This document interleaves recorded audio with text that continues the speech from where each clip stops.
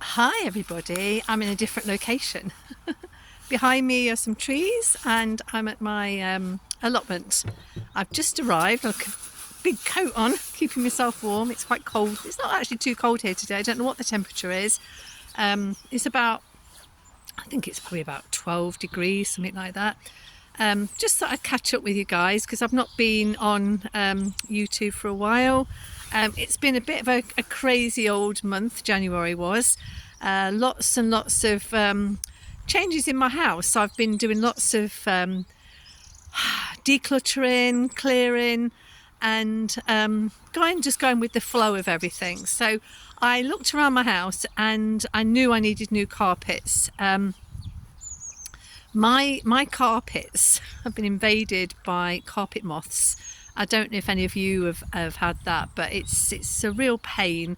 The carpets are lovely. They're Berber carpets and they were pure wool carpets. I've had them down probably about 10 years, probably slightly more than that, but they're decent carpets. And they've not really worn. They've just, I've had them steam cleaned and I've cleaned them myself, kept them nice. But when I pulled back my sofa I had some windows fitted last year. When I pulled back the sofa so the guy could do the bay window, there was a whole patch of carpet that had been eaten.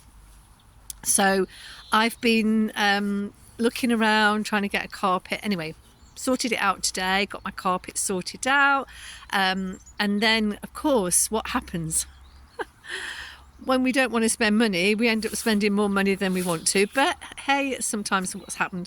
So I was supposedly having a January no spend, and I think January has been the most expensive month. And we're in February now, but January was quite an expensive month. I think I said on my last video, I was fortunate to win a few hundred quids of premium bonds on premium bonds. So I bought myself a rebounder, which I still haven't shown you, and I've not been on it that much because I had a bit of an accident. But yeah, so I had the rebounder and I'd used it a couple of times, really loved it. It's really energizing. It's just what I needed.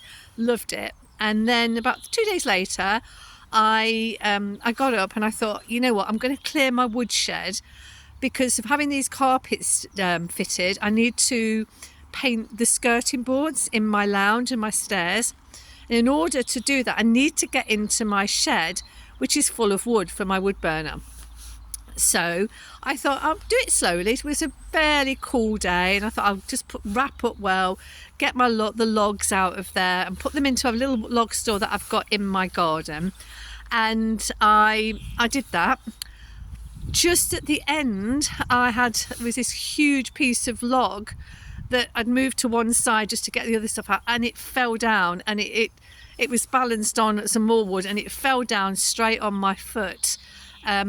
And it was quite badly bruised. It really fell right onto the middle of my foot, right across. So it caught my ankle and the side of my foot right down to the bone, the big bone at the side. I was calling it the bunion bone, but that bigger bone. And at the time, what I did straight away, so going back to my natural ways of doing things, what I did first of all, I was like, I'm in shock because it was really painful and I didn't expect that to happen. And I was angry with myself because I'd not moved this big piece of wood and I should have done. But I thought, no, let's calm down. So I took some breaths and I went upstairs into my bathroom, and I always have stored arnica tablets. And I have them just as a it's when you get stressed or if you've hurt yourself, it takes away that internal kind of stress, and it also takes away internal bruising. It stops blood clots basically. And my mum had quite a bad accident a few years ago, and I got her the arnica tablets. So I bought myself some a few years later, just as in a first aid kit kind of thing. And so I had a couple of arnica tablets. It said to take 1 or 2, so I thought I'll take 2 to take off the shock. And then I'd got some arnica cream, which my dad used to use an awful lot on his knees. He used to get really bad arthritis in his knees, and he used to use the arnica because it goes really deep into the joints. And again, it stops you, it's good for joints, but it's really good if you've bruised yourself. It kind of brings out the bruise slowly, but you don't get the pain. And I thought I was doing great. I really thought I was doing great. I had a client up in the afternoon. We did some one-to-one yoga, and I thought, oh, I'm absolutely fine. Everything feels good. However, when I went to go to bed, my foot started to swell up quite bad, and I was a little bit sort of like worried if I'd actually broken it. So I thought it was a bird just coming onto my, but it wasn't. Don't know what it was, just the wind blowing something. Sorry. So I was a bit concerned that I'd broken my foot, but I thought, no, I wouldn't have been able to stand on it. And then it got progressively worse. I mean, it was like literally the pain was so strong. So what I did, went downstairs. I always have some ice in my freezer, just little blocks of ice, not that I have it in drinks, but just again for an emergency. And it's a good thing to have, or if you've got those freezer blocks, you can use those. So I put some in a towel and I put it on my foot and elevated my foot, and I stayed there for about half an hour.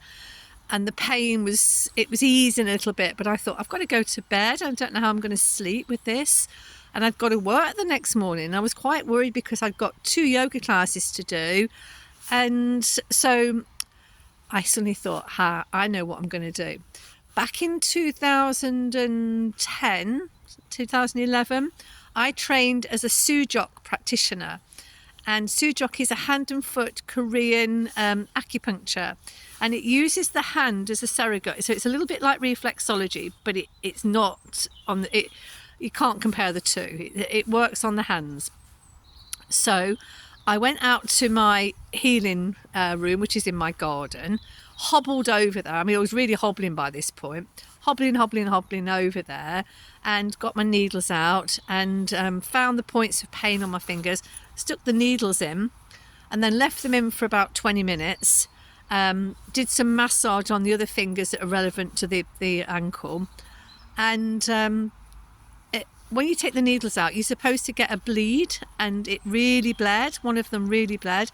So then what I did, I put some tape on, and I put some seeds, these were like peppercorn seeds, on the finger, and then wrapped it round with some micropores and went to bed. I couldn't get comfortable for a few minutes or so, and then I managed to sort of just let my foot relax, and because I couldn't bend it. I couldn't put any, by this point, I couldn't put any weight on it before I put the needles in. And I thought, I don't know what's going to happen in the morning. And I was supposed to have gone for my own reflexology.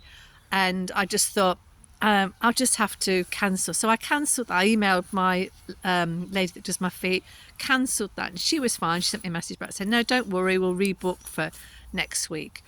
Anyhow, woke up expecting to put my foot to the floor and expecting me to go, I can't move. And it was fine. It was absolutely fine. And I thought, really trust in your own abilities for healing. I was really blessed to get this information and learn this technique. And I do offer it as part of my treatment. And it kind of unblocks what's been blocked. So obviously something falling on my foot blocks some energy. And I'm a great believer that, if you can unblock the energy, you can get that flow of chi back through and get some healing. So I think it's raining. So basically I got up and I walked downstairs and I was like, oh, okay, I can walk. There was no pain whatsoever. And I went to my first client and I told her what had happened. And she said, but Libby, you're not even limping. I wouldn't even know anything's happened. And so I was like, yeah, well, this is this Su Jok. She's actually had some of this treatment from me. She had a lower back issue and it really helped her. And then I went to my client, my other class at Nuffield Health at the gym, and did my class there, did an hour and a half. Got in the car, and then I came home and I kind of rested because I thought I don't want to be, doing too much. So I put some more needles in my fingers and absolutely fine. So, yeah, believe in the power of nature, believe in your own healing abilities. And I'd love to promote, it's called Su Jok, Sujok, and it means hand and foot. Su is hand and Jok is foot in Korean. And it was developed by Professor Woo Ji, I think his name is. I can't remember his full name, and that's really, really annoying because I can't remember his full name, but he was a professor. It was developed in the 1980s and it's used a lot in India. If you Google Su Jok, and he actually worked in Cyprus quite a lot and in Russia. So there's a lot of clinics in Russia that uses Su Jok. And also, as I say, he went to live in Cyprus. So there's quite a lot of work done in Cyprus on this Su Jok. Google it if you are interested in having a treatment with me, or me showing you the points of pain on your hands. I'd gladly do that. I mean, I use it as part of my own healing for myself. I use it for clients that come to me for reflexology and they are really suffering with pain, and I will show them a couple of points on their fingers to work on. But it's really worth learning the technique. I was blessed to find it, as I say, I went to work abroad for 6 months, and while I was there I found this treatment through one of the therapists that was working in the same resort that I was working in, and he showed me, and then I said, right, when I go back to England I'm going to learn the treatment. Excuse me. And I did. However, it's not well known in the UK.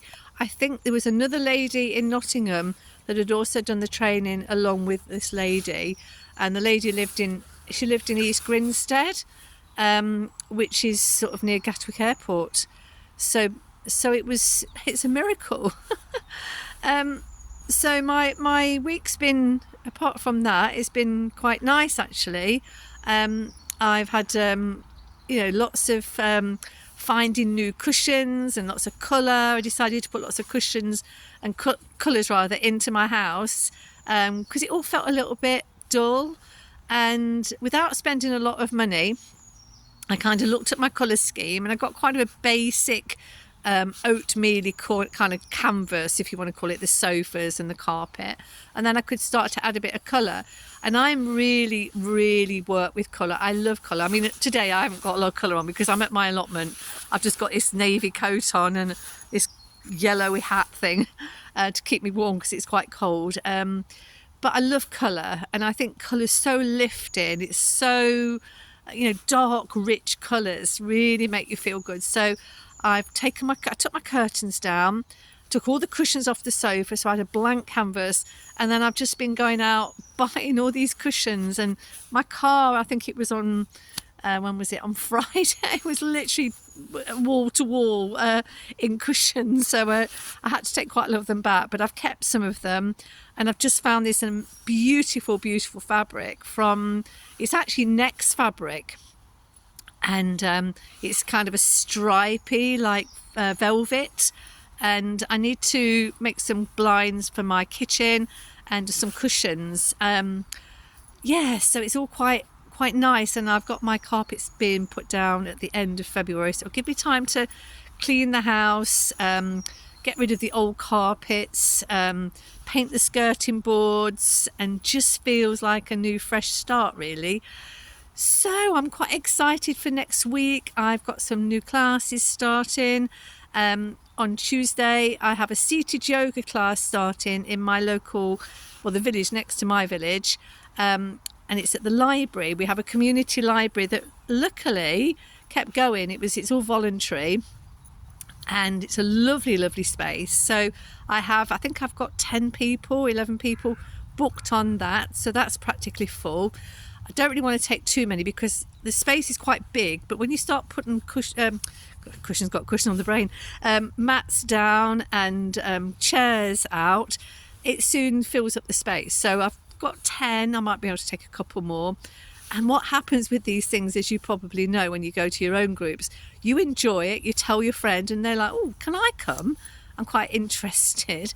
So seated yoga is people think it's going to be really easy, you know, a little stretch here, a little stretch there, but you will be working during it's a 6-week course, and then we'll do another 6 weeks, but you can do a drop-in.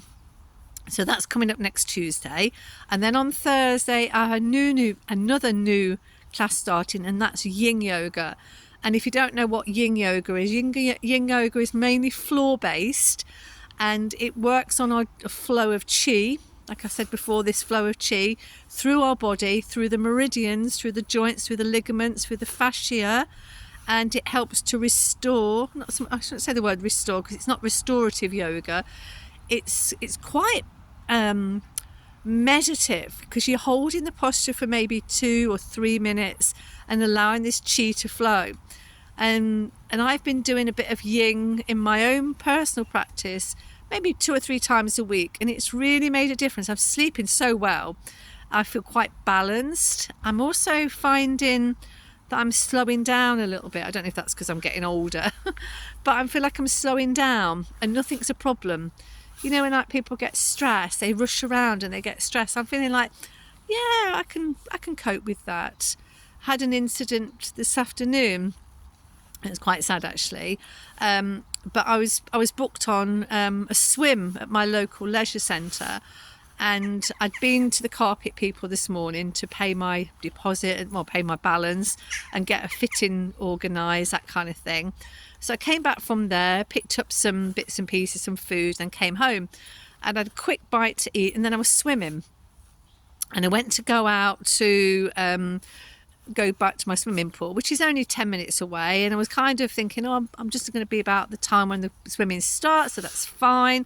I get to the bottom of the road and it's chaos. There's cars everywhere. There's cars coming out of the village, going into the village, but nothing was moving. It was gridlock. So I turned my car around and went another way. Got to the next village on, and they'd closed the road, and it wasn't to do with this incident that had happened in my village, but they closed the main the big main dual carriageway going north, which is where I was going to go for my swimming. So I was like, what is going on? Because they're making a new development, so they were obviously finishing the roundabout there. So that's closed for a few days. So I came back, phoned the swimming people up, and that was fine. I managed to cancel the swim. But when I got back, one of my neighbours said that somebody had been run over in my village. A lady had been knocked down, so that was quite sad. I don't know any more details. I just pray and hope she's all right. But I just thought, oh, you know what, I'm going to come up to my allotment now, spend a bit of time here. I'll do a little, when I've finished this video, I'll do a little plot tour, so I'll show you what I'm doing and what I've been doing. Just take you around here. There's nobody here. It's completely quiet. All you can hear is the birds. It's wonderful. I love coming up here. I really do. It just makes me feel quite joyful. Anyway, so I'll do a little plot tour afterwards. So I've come up here. I'm going to clear some of the beds, and I'm going to put some horse manure on the top of the beds and just get it prepped for winter. Not winter, for spring. I've put some glass. I had some new windows in my house. I've got a couple of glass panels from the windows, and I've made like a cold frame.